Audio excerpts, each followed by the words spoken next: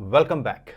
In this video, we are going to discuss about the coding intuition, the way you need to think of coding after completion of conditional statements.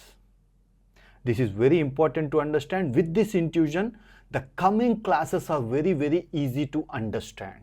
Coming to the topic, in our previous classes, in the beginning of Python, so this is how we have written the code. X equal to 0, y is equal to 1, z is equal to x plus y, like that, step by step. And we understand the concept that coding executes line by line. First line is going to execute, second line, third line, fourth line, fifth line, sixth line. This is how coding is going to execute. Based on that, you have to write the logic. But this simple step-by-step execution will not help us to build complex things. So that's why next coming section we discussed about conditional statements. Means if this condition happens, execute block 1. If this condition falls, then don't execute block 1. Directly jump to block 2. We understand how to jump from one point to other point in coding. Based on this, we can write complex logics. Not too much complex logics, some complex logics we can write. Even though this jumping is also not enough, we need some more programming concepts in order to build complex logics. That one is, next one is loops. See here, along with these two conditions, we need to understand the third one also. Suppose if you take a block of code, if you want to execute this code multiple times, suppose if you want to execute this code for 10 times, you place it in a loop.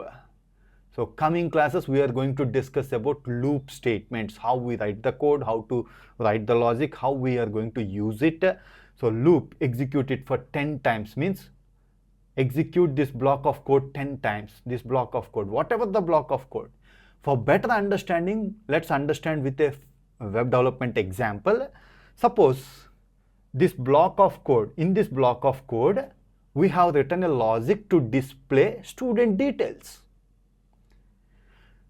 If you want to display the list of students present in your class, assume that in your class you have 70 students. If you want to display all the details of 70 students, loop, execute first student, loop, display second student, loop, display third student. How many students are there? 70 students are there. This loop has to be executed for 70 times. Each time this code is going to display the student details. That's why loop is also very important to build complex logics. Once we understand this loop concept, then we will discuss so many practical examples, lab programs for better understanding of how to build logic. Because 70% of the coding logic depends on loops, conditional statements, and operations. Once you understand how to use all those things combinedly, you can easily build the logic and you can easily construct the code.